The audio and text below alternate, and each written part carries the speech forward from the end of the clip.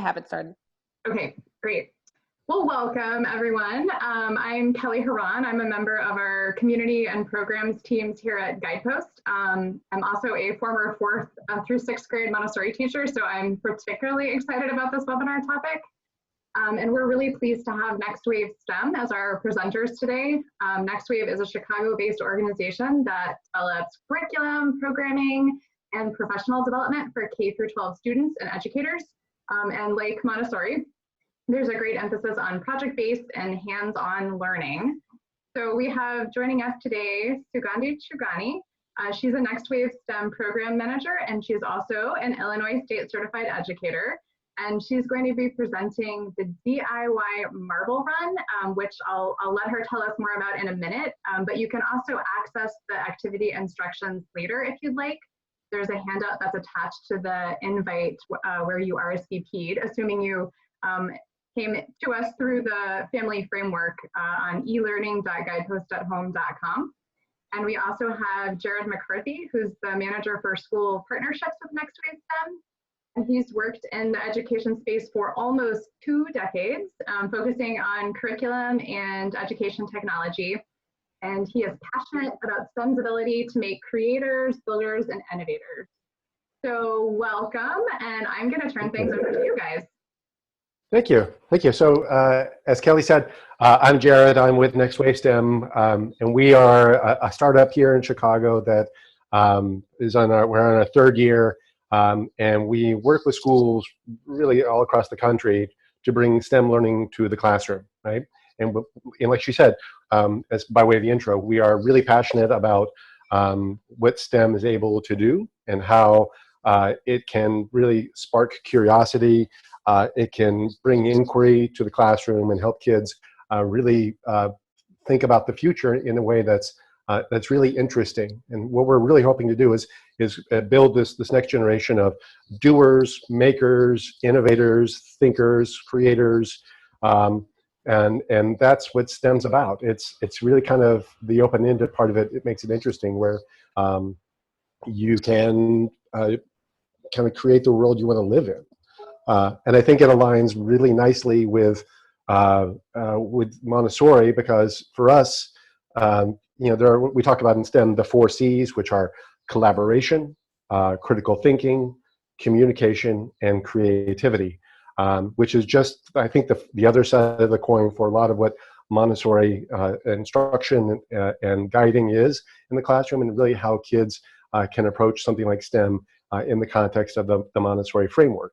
So, with that said, we have really kind of tapped into this really kind of fun thing that's happening now with it's called marble runs, right? There's it's very topical because all these sports, whether Major League Baseball or football or whatever, hockey, basketball, they're all kind of shut down. And what has stepped into the void apparently are these things called marble races, right? And I don't know if you've seen John Oliver on HBO did a small little feature on it a couple weeks ago. But there's a marble league where they just have marble runs, and the marbles are each different kind, and there's kind of the hype behind it with the color commentary as the races go, and it's a lot of fun. It's silly, but if the kids really love seeing it, it's fun. It's something that they can identify with. And STEM for us is, we've been doing these kind of Rube Goldberg machine type things before, and now we're combining the Rube Goldberg part with the marble runs, and it's pretty fun. And Sugandhi, who is our resident expert here, is going to walk through what you can make your own DIY marble run, and it really is kind of, you don't need to be anything more than just interested and curious about how this can be built into your house, your apartment, your backyard, whatever. And we're really keen to sort of kind of hopefully spark some imagination, bring some fun, a little bit of whimsy maybe, to this very serious time in a lot of ways. And so we're hoping that by doing this, you can kind of see the design process as it pertains to STEM. It can be applied to your home or in classrooms or just in your everyday kind of activity, right?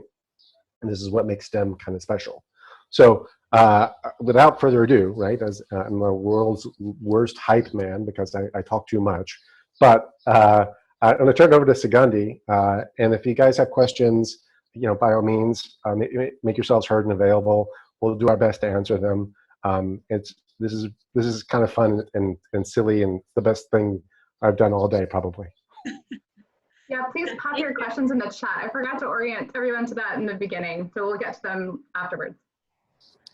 Awesome. Hi, everyone. I'm Sugandhi. Really nice to be here.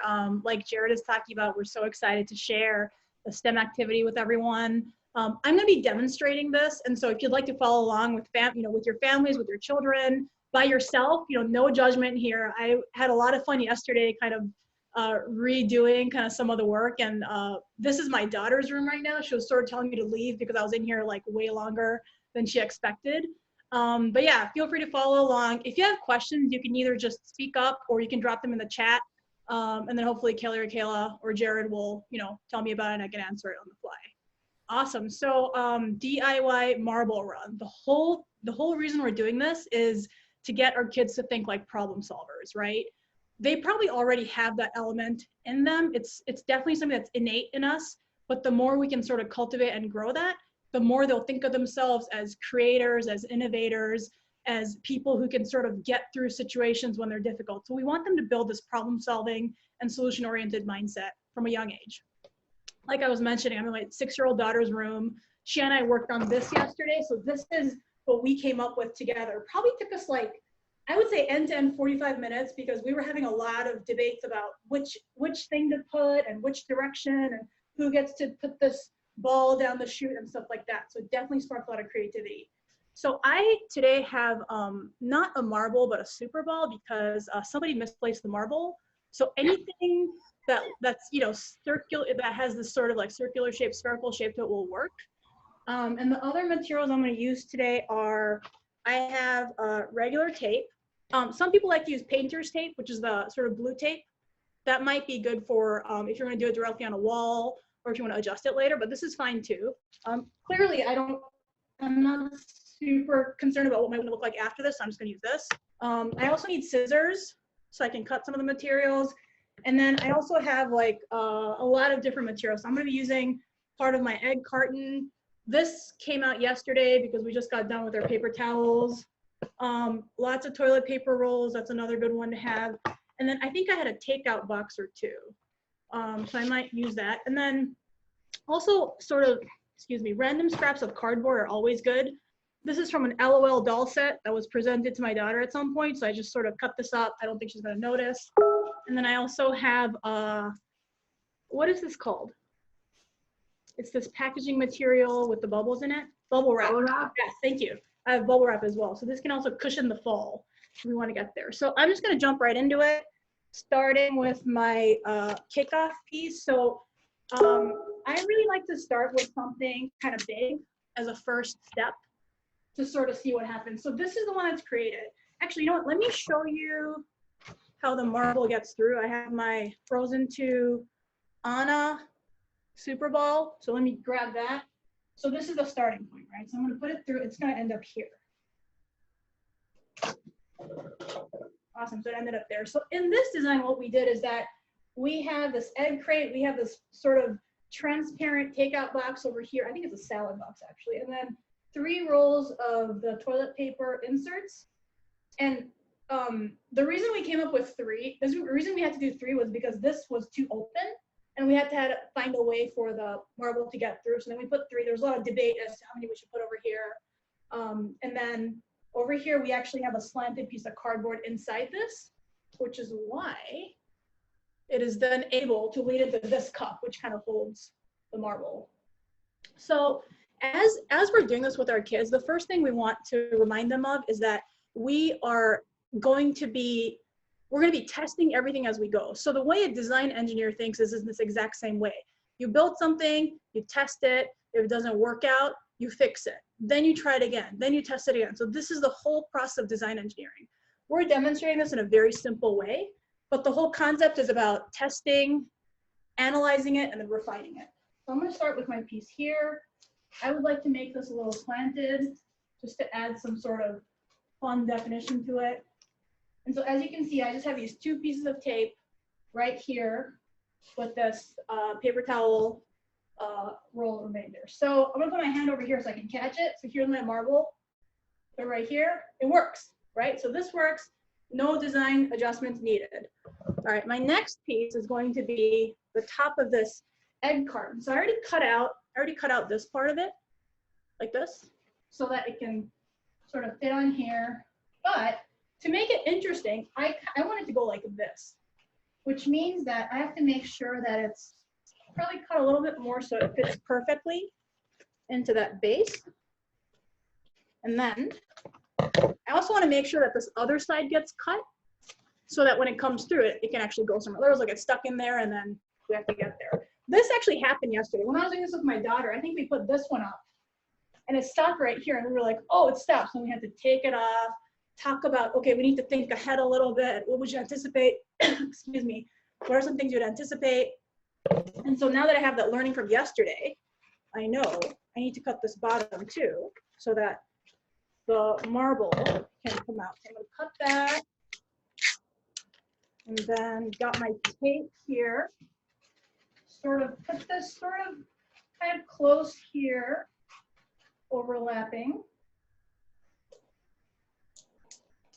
And tape it down in a couple areas.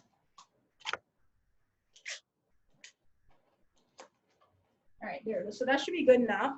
Now I'm going to take this marble again and see what happens. Okay, so that was interesting. It went through here, bounced into this, and then went in here. So that's cool. That's a cool design, but that was not what I intended, which means we need to do something to fix this part so that the marble can stay in and just keep going this way. So now that we know that, I'm going to look for some material that I can put to sort of prevent that from happening. So I have these pieces from the egg carton I just cut out. So I'm going to take these and probably put it like right here. This might be just enough right here to get that, to prevent that from happening. Although that was very cool that that happened. And sometimes when you make a mistake, you actually find even more cool inventions. But for the purposes of having just one single run, I'm gonna put it just right there, just enough to sort of prevent it. It's not very tightly taped on, so we'll see what happens. All right, so I'm gonna put this through. Okay, so that did not work. This was not heavy enough. You see how that popped up? So now I need to focus on a stronger material or bind it somehow. So I'm actually gonna take my second piece over here and just tape it right over so that it is a lot more secure. And actually, as I'm doing this, I'm actually almost starting to think if I need a different kind of material, such as, maybe I'll use a piece of styrofoam. So I have this other egg container. What if I get something a little longer? Because maybe the thing I used was too short, right? Maybe it wasn't connecting. So I'm gonna use this next.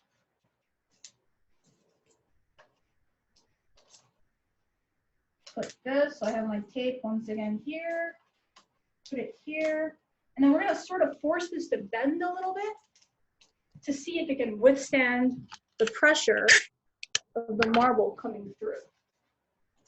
So we'll get it here. I'm gonna reinforce it just a little bit more.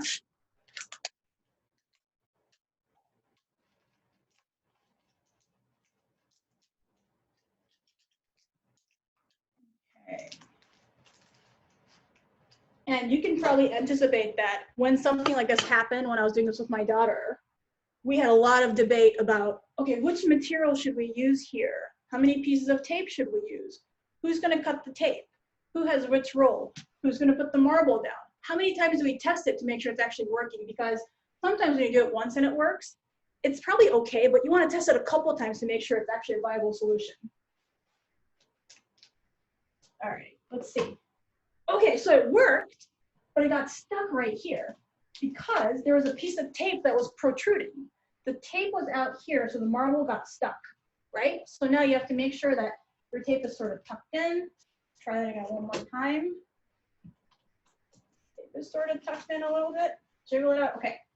It made it to the end, but it now got stuck on this corner piece.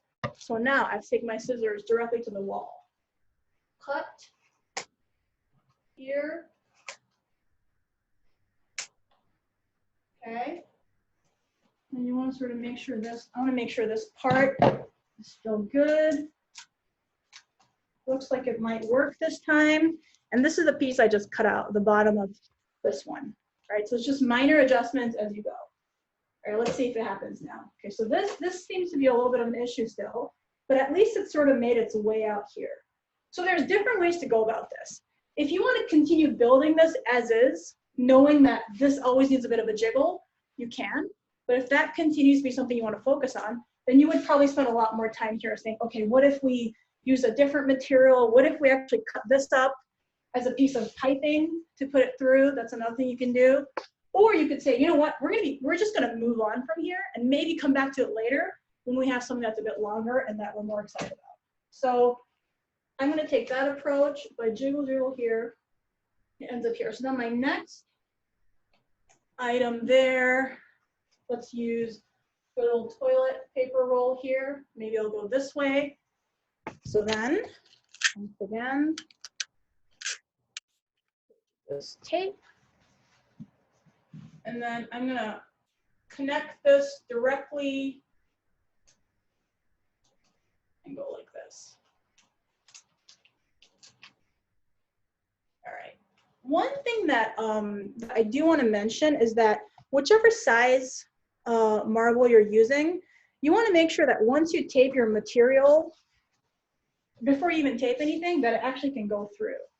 There might be certain marbles that are too big. Like for example, if I wanted to use this, but I'm using a really big ball, the ball may not actually go through. So you want to make sure you're testing some materials before you start. Or you could always just do it and fix it along the way too. It kind of depends on what approach you might want to use, and it might just happen organically as well. As you're doing it, you notice what has to be fixed, and then you fix it. All right, try this again with my little jiggle, and now it's stuck right here, right? Which means that the way we cut this part prevented it from actually, it stopped it from actually getting in to this. So I'm gonna come back in here with my scissors, make the adjustment. Okay, does anyone have any questions so far? Any comments? Good, pretty straightforward.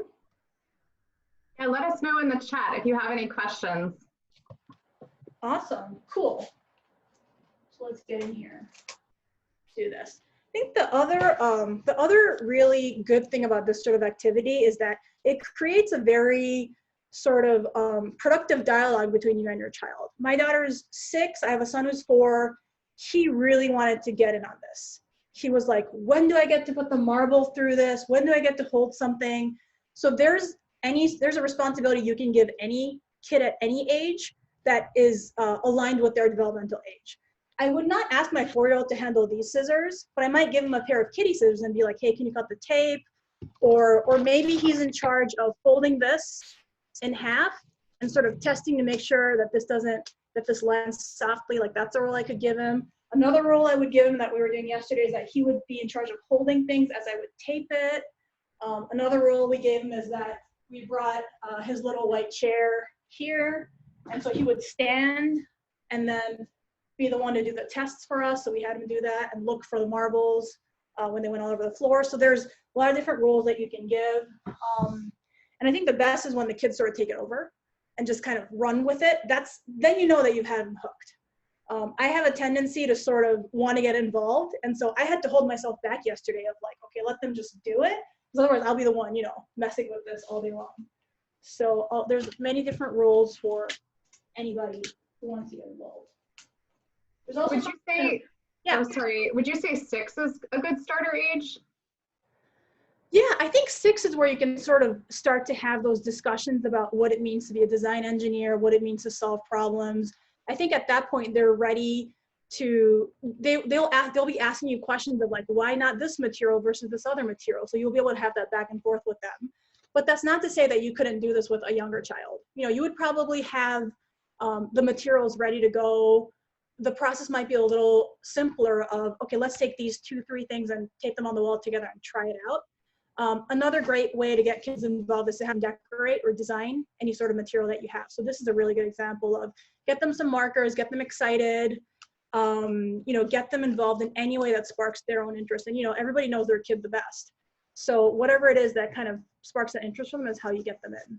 One thing that my kids like to do is try to figure out who does what first. So with these 3, I could put their names on them, right? And be like, let's put the marble through and say, okay, today, so-and-so is going to brush their teeth first. Who is that? Okay, that's the really, there it goes. So they went through this one. So whichever person's name is on this, they get to brush their teeth first. That's great. So that's a way to sort of get them involved and still have this sort of in the background.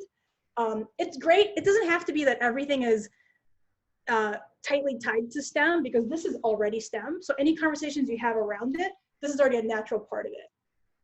And you'll see the fascination in which they see that their creation actually allows them just to go through. Like they're already sort of enthralled that they're creating something.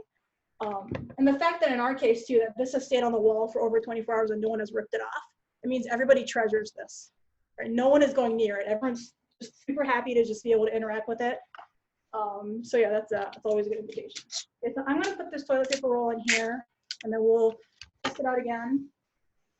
So like we just talked about, I cut open the hole a little bit bigger, and I'm going to insert this close to the egg carton, top of this egg carton, and then tape it down.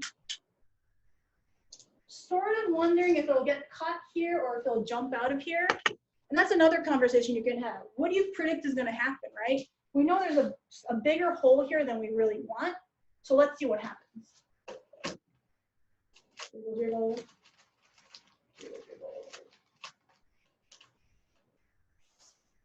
Okay, so it stopped here, and then went through. So what this is now telling us is that I've taped this too close to the wall, that now there's not enough space for the ball to get through. If you can see with this egg carton, this is actually something that happened yesterday too, that we had to prop up the egg carton with 2 separate pieces, so that we didn't keep pushing it to the wall, because there's this eagerness to tape everything very tightly and very securely. But then what happens is it won't go through anymore. Hold on, I lost this probably.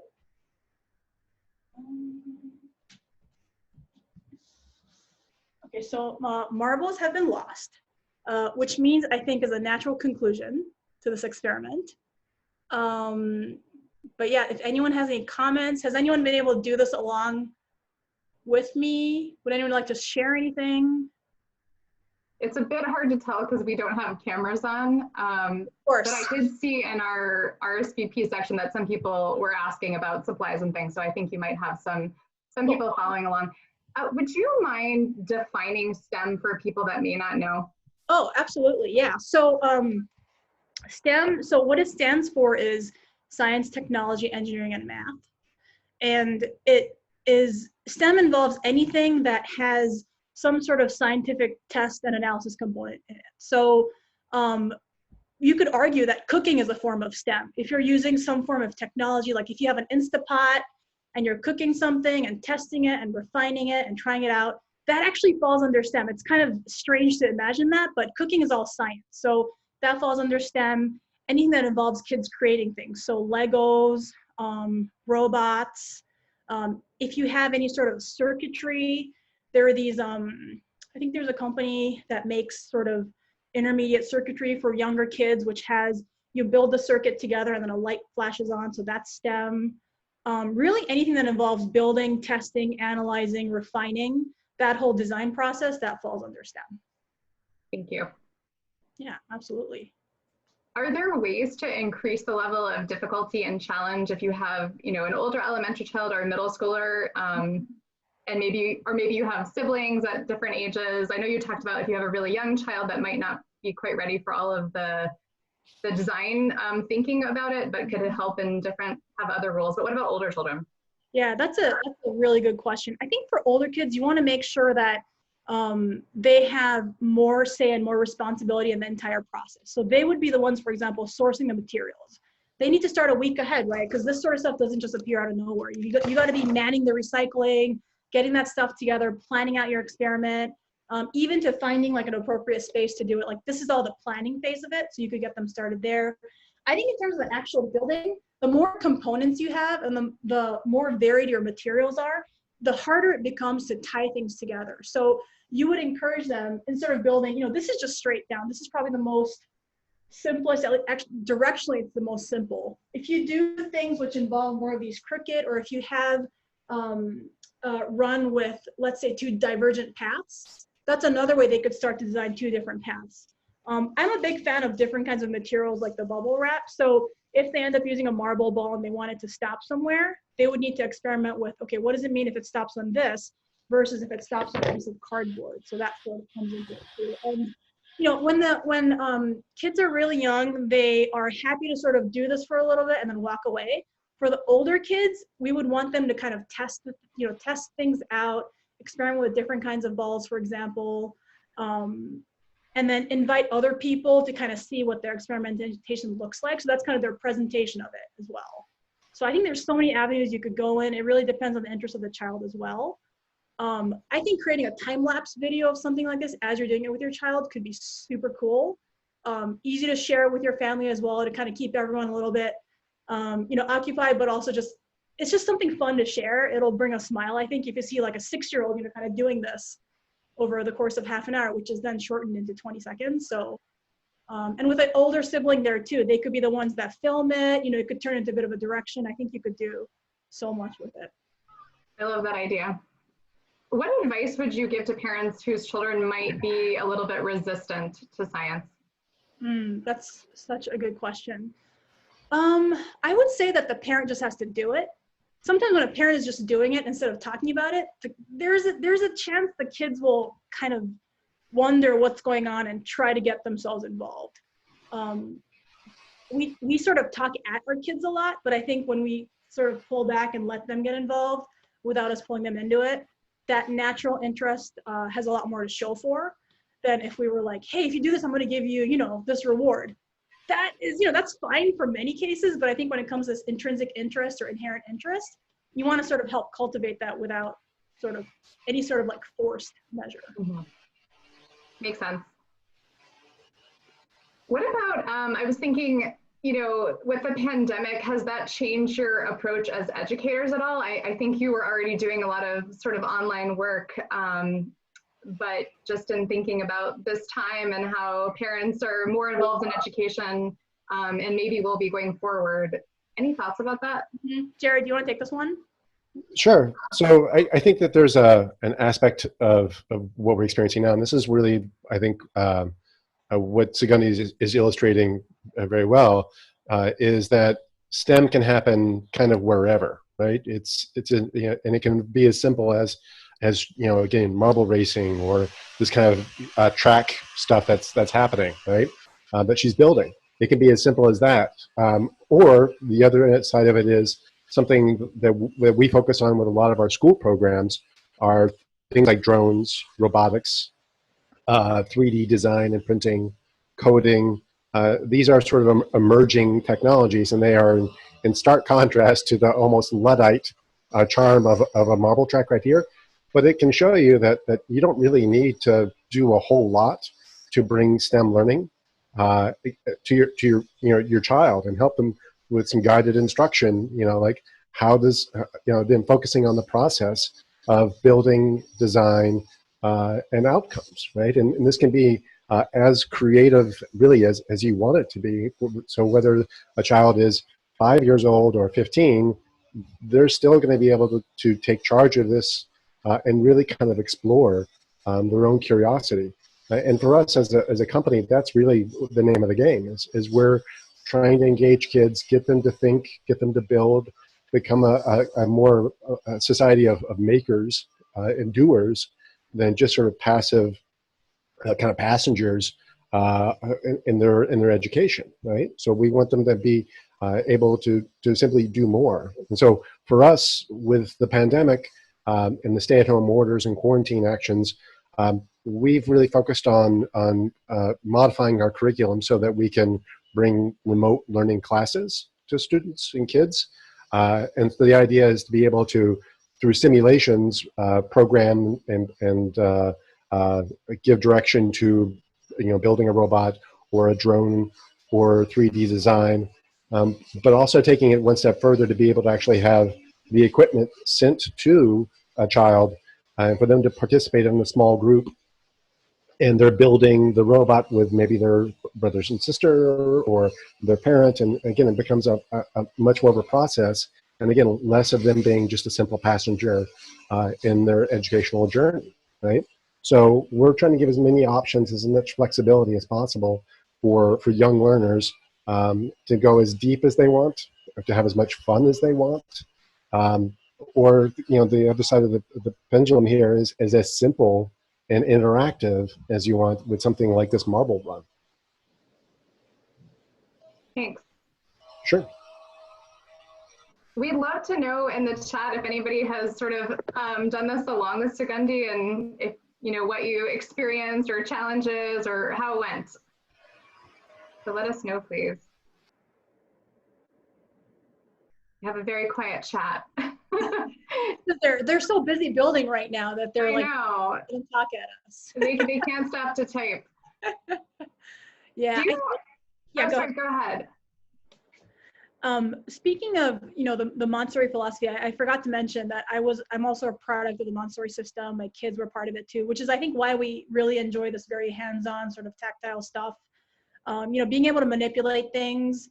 It's just like it's like tracing on the sand letters, or using those the number cubes to create and kind of visualize. And so all this is so visual that, especially, I think it appeals to a wide range of kids. For kids that maybe already have an impression of what math and science look like, this is a great way to break that down, because this is probably a little bit different from what they might be experiencing, what they might be thinking or exposed to. So I think, just trying something out. I was actually going to mention, if there's different materials you have in your house that you can reuse, like, little baskets like this too, this is a great ending spot for, a marble. So you can always find things around the house. And I think getting your kids involved in sourcing the material is a really good way to get them have that ownership over the process, as opposed to you sort of saying, okay, we're going to use these 3 things. That works too, but we want the kids to sort of be just as independent as we know they are, and involved in the process. Yeah, that makes sense. Very, very compatible philosophies. Sure. It very much is. Like I said, I think for us in STEM, those 4 C's that I mentioned earlier, they are almost interchangeable. It's just like UK English versus American English. It's very simple in that sense, and that we're just sort of not necessarily talking past each other.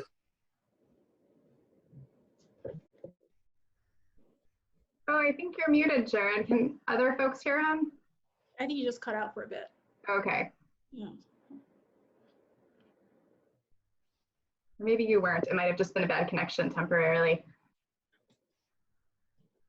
Anyway, I know you were talking in terms of this particular activity, like the role of a younger child. Would there be other activities that would be more suited for someone like a kindergartner or first grader, someone on the younger end of the spectrum? Yeah, there's a bunch of different things you can do. And there's so many resources online. I personally really like anything that's sort of hands-on, that doesn't necessarily involve too much equipment and has some familiarity. So another one that I like to recommend is having kids make their own bubble blowers.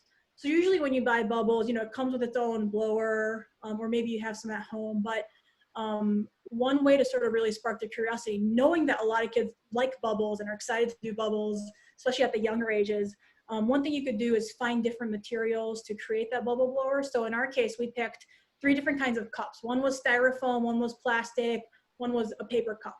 And so then we took that cup, we kind of cut through the holes, we put different straws in them, and then we turned the cup upside down, put it in the bubble solution, and then blew through it to see if it would make bubbles, or would it even make bubbles, or is the straw too tightly inserted into it that you're not able to, you can't blow through it. So that sort of test and refining method too is a really good one for them, and involves a lot fewer materials, and is something that, bubble fluid is pretty easy to procure or even make with your own dish soap and other things. You can look up tons of recipes online on how to do that too. So that was one that we did when it was outside and really nice and had a lot of good results. And a lot of it too was about personal preference, which is another interesting discussion, right? Like, I like the bubble blower that was a little smaller because I could have tons of small bubbles. But my daughter wanted the one with the really big sort of opening so that she could try to make one gigantic bubble. So I think that sort of discussion of like, what does that look like? Does the bigger one last for longer, or is it more fragile and delicate because it's bigger?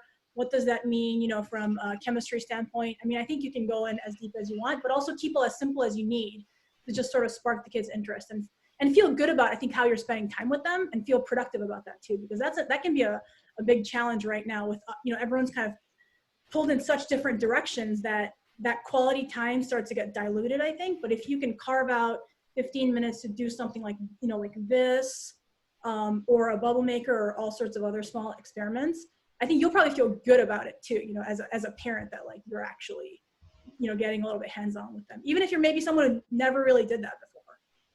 And it seems like a nice way to transition into summer. I mean, it works for either, but as people are sort of moving away from the school mindset, all of these activities would still be a great, engaging, productive, but still fun way to spend summer time.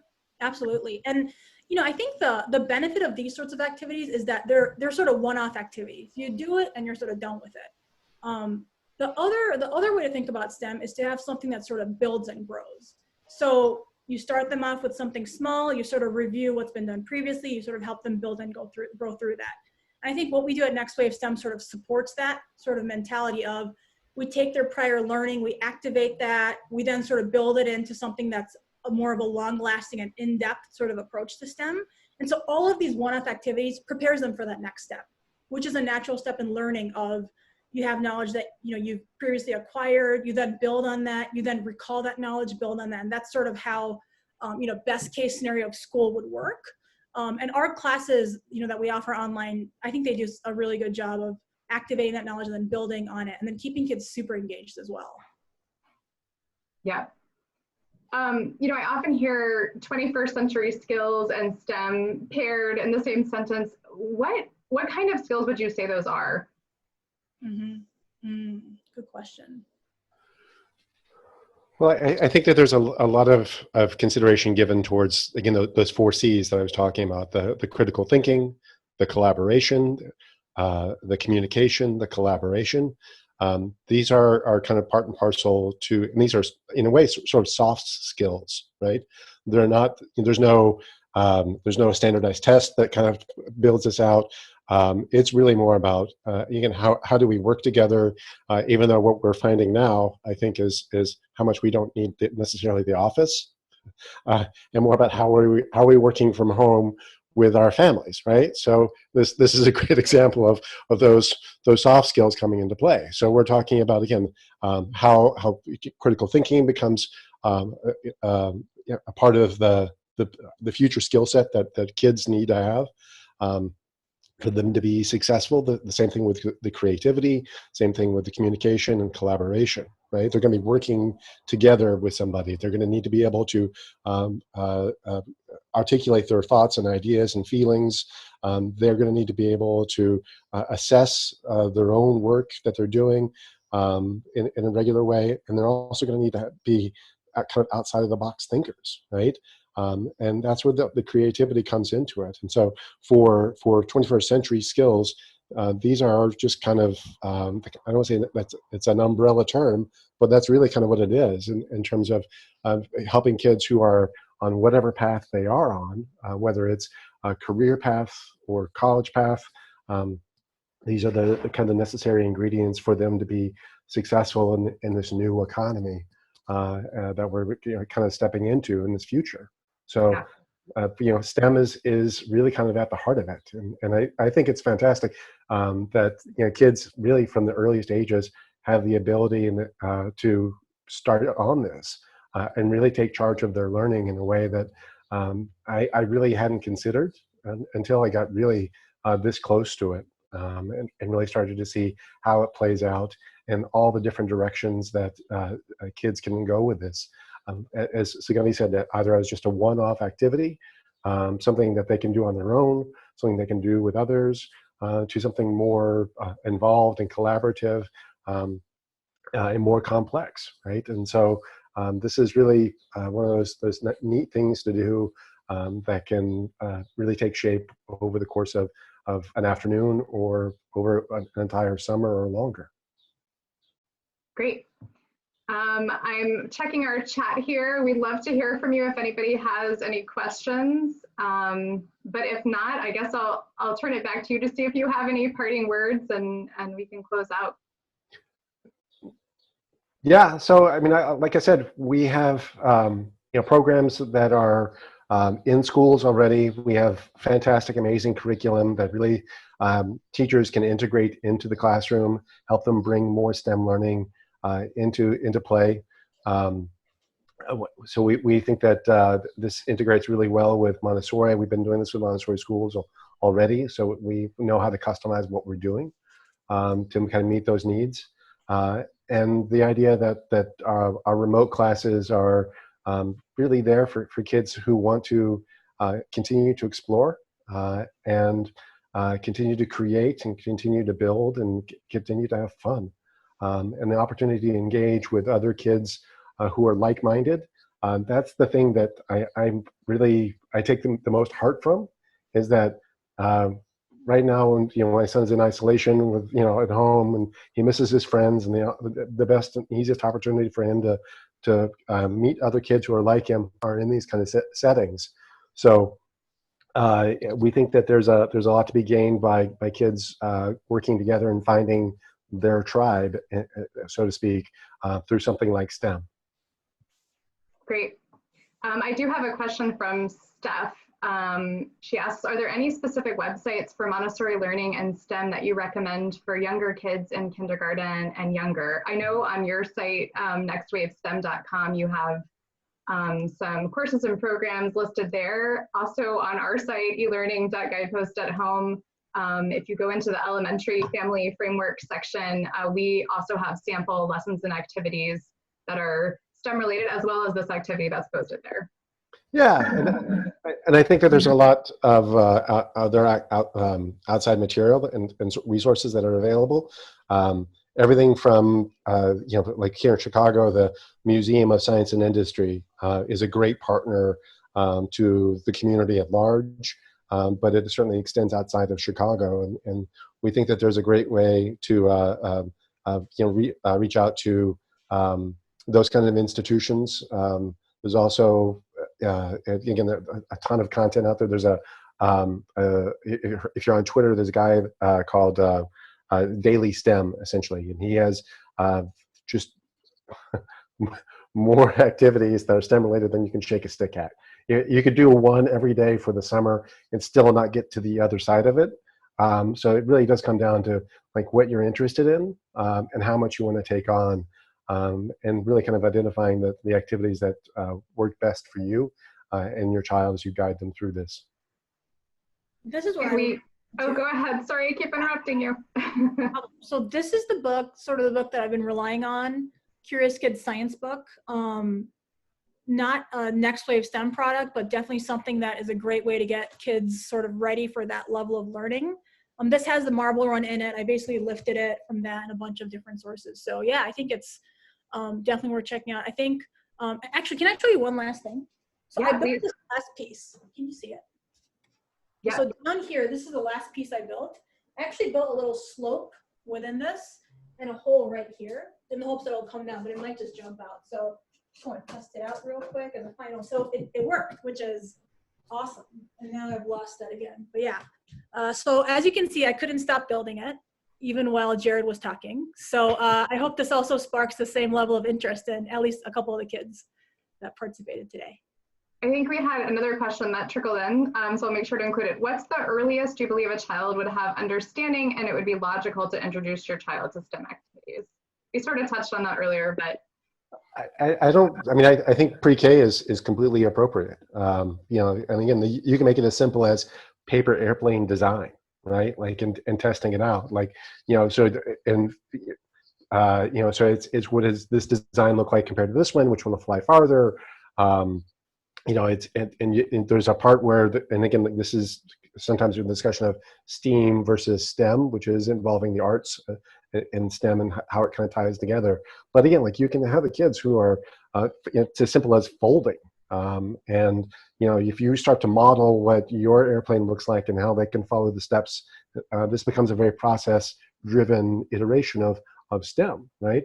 But it's as simple as paper folding, and, you know, crayons and markers that can be used to decorate and kind of customize. So it can be as simple as that. You know, Sugandhi's activity with a model then is, you know, again, like, you don't really need to be that far along. It has a lot of replay value, I think, for the younger ages. And for older kids, it just becomes like, how complicated can I make this, right? That's the challenge suddenly for a 12-year-old or a 15-year-old. Like, how convoluted and ridiculous can I make this before my parents get freaked out, right? So this is really what STEM is. It can be as simple or as complicated for things like, you know, robots and you know, 3D design. We have kids who are, you know, 6 and 7 years old who are in our 3D design classes who are really approaching this in a way that's surprisingly confident. Like, they're just kind of driven by curiosity. Like, they just want to build. And so something like Tinkercad allows them to do that, and 3D design allows them to do that. So you don't have to be especially old or mature to enjoy it. It helps, but I think it's, you know, as long as it sparks it, you know, your imagination and curiosity, then you know, this is perfect. Awesome. Well, thank you so much both for joining us and sharing your expertise and resources. And hopefully we can do it again sometime. Yeah, thank you. Thank you so much. Thank you. Yeah. Bye.